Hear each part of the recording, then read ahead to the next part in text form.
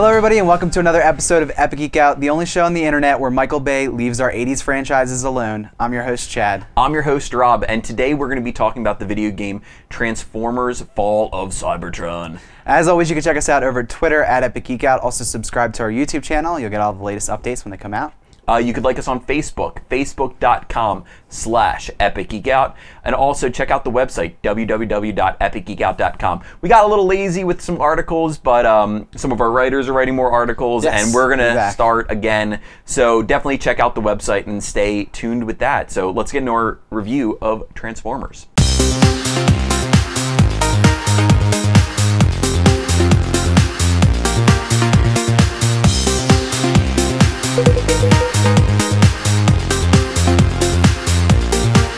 So today we're talking about a game that we played for Xbox 360. It's also available for PS3, called Transformers: The Fall of Cybertron. It's the sequel to the 2010 third-person shooter, Transformers: The War for Cybertron. I didn't know it existed. This is also a third-person shooter. Yes, I didn't play the original either. It's by High Moon Studios and Activision, and uses the Unreal Engine, so it has that kind of aesthetic with the like the Unreal Tournament-esque, which I'll compare it to that a little bit. The storyline kind of just follows the Transformers trying to leave Cybertron, kind of pulled back in a little bit. Stuff happens, lots of action. The cool part about this game is that you can switch between being your Transformer car, vehicle, whatever it might be, and also being the Transformer with the guns and all that kind of cool stuff. So, do you want to talk about it first? And see, what was your take on it? How much did you get to play of it? I don't. We didn't talk about this beforehand, so I'm not sure. Yeah. What you So got to play, the first thing I want to mention is the premier part of this game is the voice acting. The voice acting is top notch. It feels like the Transformers. I'm pretty sure it's the same guy that does Optimus Prime, that at least in some iteration of the Transformers series. So that was really cool. So the game itself, I really enjoyed my time playing it. I did not expect to do that because I wasn't ever a huge Transformers fan. I think I owned a couple of the figures growing up, or the actual Transformers themselves. Never was into the cartoon or in the movies. I have my serious gripes with. Yes. Enjoyed the third, surprisingly, for the action, but seriously hated a lot of portions of the movies. And I mean, this is a video game, so whatever. So Transformers, I'm not big in the lore of it. This game starts out, and I thought the tutorial really got you into the mode. The cover system isn't like Gears of War where you hit a button and you take cover. They do this really fun mechanic where you hit B, I guess it was, and your gun switches from your left hand to your right hand, and then the camera just switches. So you don't have to worry about being in cover. You definitely take cover behind these giant blocks, which I guess in real life are the size of the Empire State Building or something like that, and you're in cover, and it's very much, the scale, I guess, kind of threw me off of it because, again, you're supposed to be these Transformers and they're huge and all this crap, but there are some really fun moments of the game. I would not recommend buying it by any means because, again, I played it for, a couple hours and enjoyed my time with that, but I am not dying to go back and revisit it.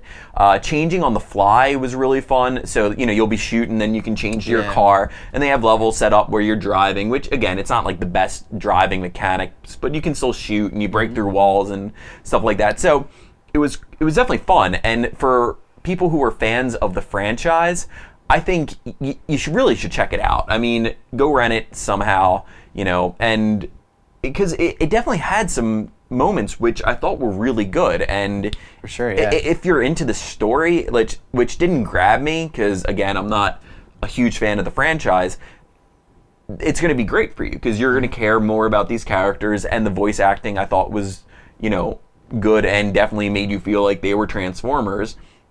But it's like, I enjoyed my time with it, but, I wouldn't, we rented it to, review it, and by no means was like, I have to go out and get this game. And I only did single player, so I'm not sure if multiplayer would have, got me there. I think it was interesting how the story it seemed like it fell in line with the movies, but yet it distanced itself from that mythology, which was cool because it kind of, I don't know, I just felt like it placed itself in a really interesting location, or place in the mythology where it could do new things, but yet was kind of still within canon of other things. So that was cool. Yeah, I had similar experiences. I had a great time with the game. I thought it was a lot of fun. I was into the story pretty much. I thought it was just a cool aspect of Transformers that's not touched on as much, especially in the films and whatnot. The switching mechanic, awesome. Loved it. Loved the fact that you could switch between. I mean, because you could play it any way that you kind of wanted to. I mean, you could stay as the car. You switch back. I mean, it was most effective if you switched back and forth. I thought the weapons were really cool and interesting. Like the heavy weapons were awesome. Can I ask one question? Like the weapons, like, and maybe I didn't play it enough, but I just didn't feel like I knew what the weapons were going to be. Like, you know, they had these kind of long names, I mean, and like I felt like disconnected. Not until I fired it. I didn't really know. Yeah, but once you did fire and figure it, I thought it was pretty cool. For me, I think the highlight was the multiplayer, and I think your Xbox Live ran out, right? It did. So unfortunately, you didn't get to play, but I could really see myself. And why I compared it to Unreal Tournament before. That game, Unreal Tournament, I used to play for hours and hours and hours and hours, just doing crazy things and having fun. I could see myself doing similar things with this game. First of all, you can customize your Transformer to be kind of whatever you want it to be. It's fun. You could be a freaking jet. I mean, it's awesome. You can fly and like do crazy stuff. I was awful at the multiplayer. I mean, I didn't play enough of it that I got down the vehicle mode of it because that's crucial to escape people and to catch up to people. That's cool. That's something different. Yeah, you know? like if someone's shooting at you, you can transform into your jet and like fly away, or your car or whatever. And like it was cool how there was classes of Transformers. Like the jet was kind of like more the support class, and then they had like a tank class, and you know, and then you could customize further. Please tell me the tank turned into a tank.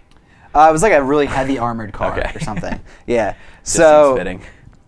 There was just so much to the multiplayer that it was funny because I was playing the single player and wanted to take a break, so I jumped into the multiplayer, and then I didn't even want to go back to play the single player because I was having more fun with the multiplayer.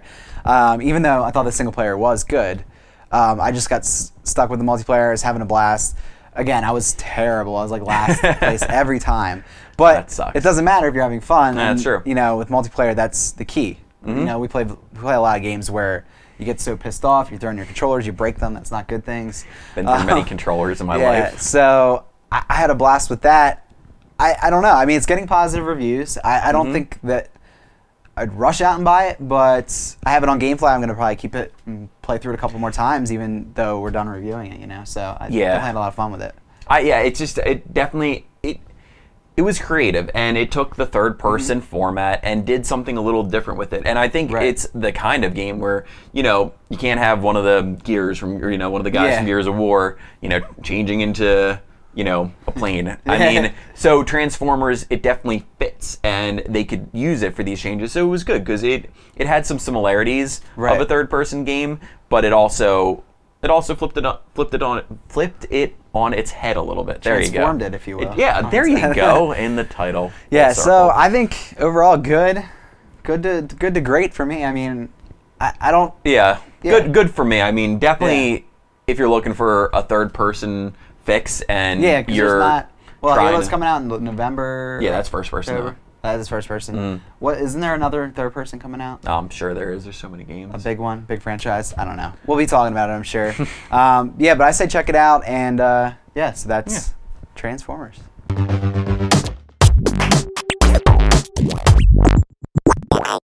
So that's it for another episode of Epic Geek Out. But now's our time to give our thanks for geek goodness and fun. So Rob, what's your thanks today? I would like to thank J.J. Abrams' Star Trek movie.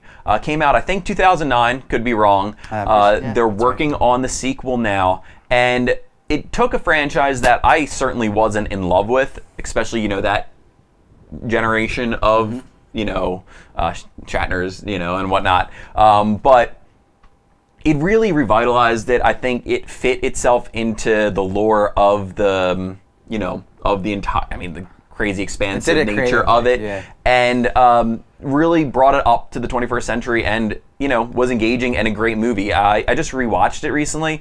The lens flares, again, J.J. Abrams, stop it, please. It's crazy. It's when you're looking for it. Because I didn't notice it the first time because that's before all it's the crazy. Awful. But, you know, revisit it. Great movie if you didn't check it out. So check out Star Trek. Yeah, so I'm going to thank a TV show that I just started catching on Spike and am loving it. It's not, one of our typical geek fiction shows. It's actually a real life, what do they call it, reality, I guess, show. I don't know if that's what the proper term for this is, but it's called Bar Rescue, and it's a lot like the Restaurant Impossible from Food Network. Oh, I heard about this. Someone was telling me about this But it's for recently. bars, and really awesome. The guy on it's pretty charismatic and funny, and like, I mean, not funny. He's kind of like a dick, but I mean, it's funny. Kind of like Restaurant Impossible too. That's true. Yes, and just it's really cool. First of all, they did a bar in Philly. Oh crap! Now I can't think of it off the top of my head. The pressure. I'll remind me afterwards. Downey's, I think. It's like an Irish pub. Not sure. Never heard of it, but now I never want to go there after seeing this.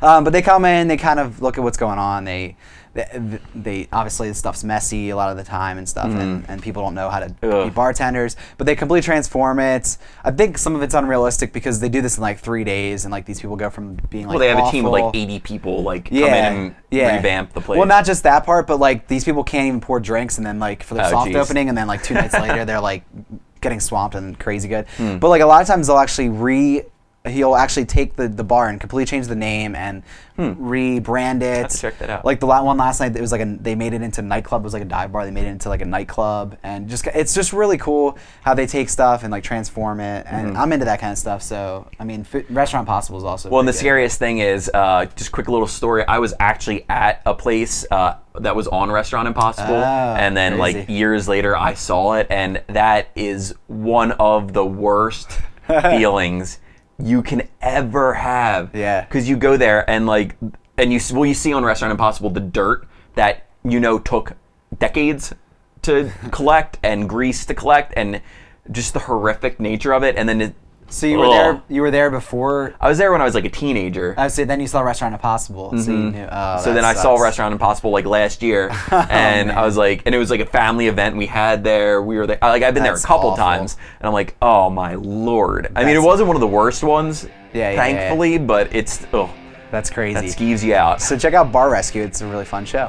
But that's it for this week of Epic Geek Out. We'll be back next week with some more episodes for you. But thanks for watching. Have a good weekend.